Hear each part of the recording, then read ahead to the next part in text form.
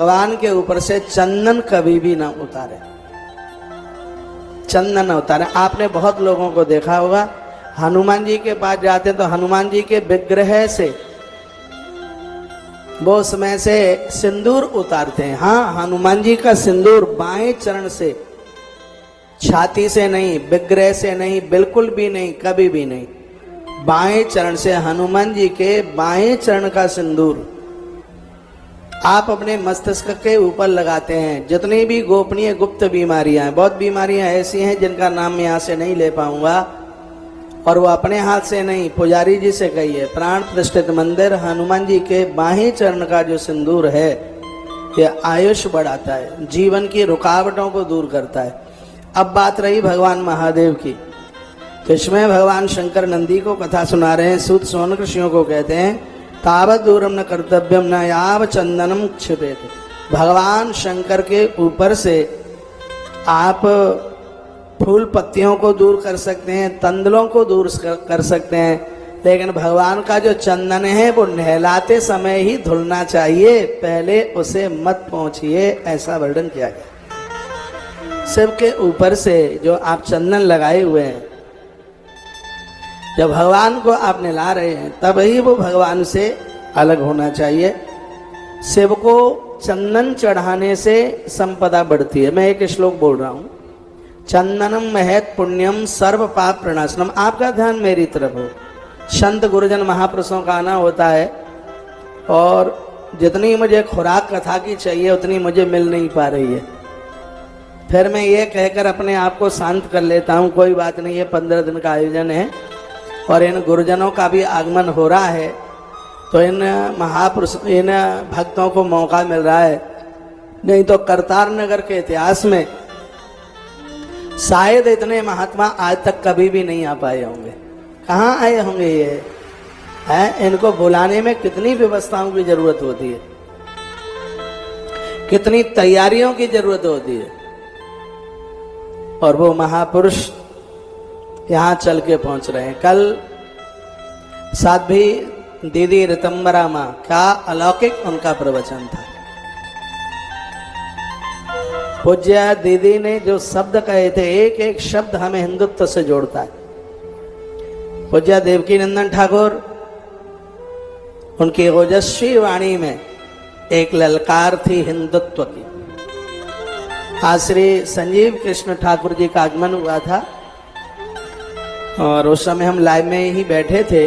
गौ भक्तों के लिए वो बड़ी अद्भुत बात बोल के गए हैं, कह के गए हैं कि सभी जनों को गौ माता का भक्त बन करके ही जीवन का निर्वहन करना चाहिए।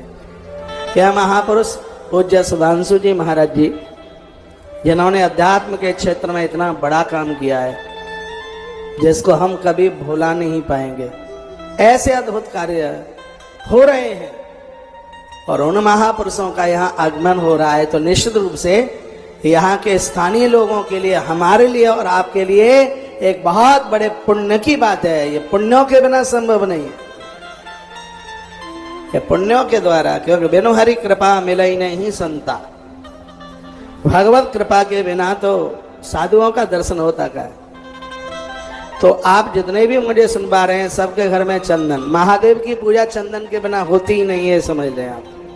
जैसे सालराम भगवान की पूजा तुलसी के बिना नहीं होती, शिव की पूजा चंदन के बिना हो नहीं पाती है। महादेव के लिए चंदन, भस्म, समी पत्र, बेल पत्र, ये चीजें हमारे भाग्य को बदलने वाली हो जाती हैं, और ये चर्चा वही हो रही है। चंदन महत पुण्यम सर्व पाप प्रणाशनम। चंदन हमारे पुण्यों को बढ़ाता है, पापों का नाश करता है। आपदा मपहर्तारम, हमारे ऊपर कोई आपत्ति चल के आती है, चंदन उसका भी हरण कर लेता है। और क्या करता है? लक्ष्मी तिष्ठति सर्वदा। नारायण की गृहिणी माँ लक्ष्मी अपने पति को लेकर के घर में आके बैठ जाती है। अकेली नहीं बैठती तो अपने श्रीमान को लेकर के आती है।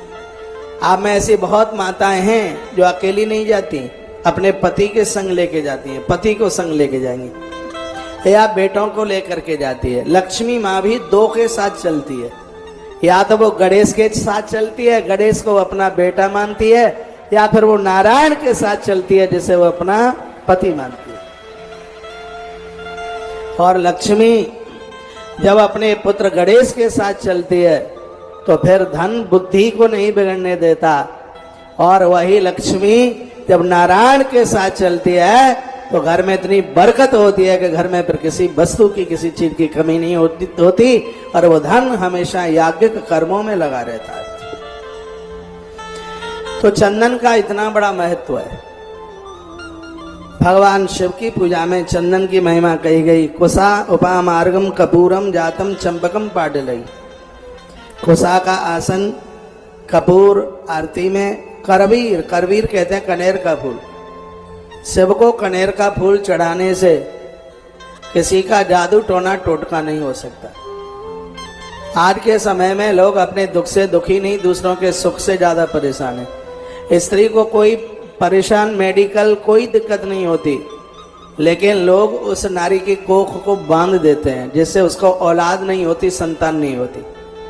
उसका एक उपाय इस ग्रंथ में, अकहुआ का फूल आपने देखा हो, उसको ऐसे खोल दें तो उसमें से रुई जैसी निकलती है, समझ गए आप? आंख में से रुई। एक तो फूल होता है जैसे जो हॉर्न लगाए ऐसी उसकी शक्ल होती है, आगे से ऐसे पीछे से, तो उसका एक फूल तो ऐसा होता है आंख का फूल, लेकिन उसका एक रूप और होता है, वो ऊपर से बंद होता है, उसको जब खोलें तो उसमें से रुई निकलती है। उस रुई की बत्ती बनाकर उसको चमेली के तेल की जोत में या उसको अलसी के तेल में भी उसको लिया जाता है, उसकी जोत जलाई जावे तो किसी का किया गया कराया गया सब समाप्त हो जाता है। पूर्व की कथा में भी मैंने ऐसा निवेदन किया है। कनेर का फूल भी ये जादू टोना टोटका नहीं है, ये सब बातें यहाँ पर लिखी गई हैं। मंत्र पूर्वम प्रकृतव्याम पूजा सर्वफल प्रदा। किसी भी देवता की पूजा आप करते हैं, यदि आपके मुख से मंत्र ध्वनि होती है तो वह पूजा आपके लिए फलदायी हो जाती है। आप नारायण की पूजा कर रहे हैं, कुछ भी नहीं आता है तो ओम नमो भगवते वासुदेवाय बोलते रहिए। पूरी पूजा, पद्म पुराण में लिखा है कि नारायण की पूजा में फूल पत्तियां जो भी आप चढ़ाते हैं, तुलसी चढ़ाते हैं, चावल चढ़ाते हैं, जो भी कुछ आप चढ़ा रहे हैं, तो उसमें आप ओम नमो भगवते वासुदेवाय इस मंत्र का जप करते रहिए। शिव की पूजा आप कर रहे हैं तो ओम नमः शिवाय जपते रहिए। हर हर महादेव।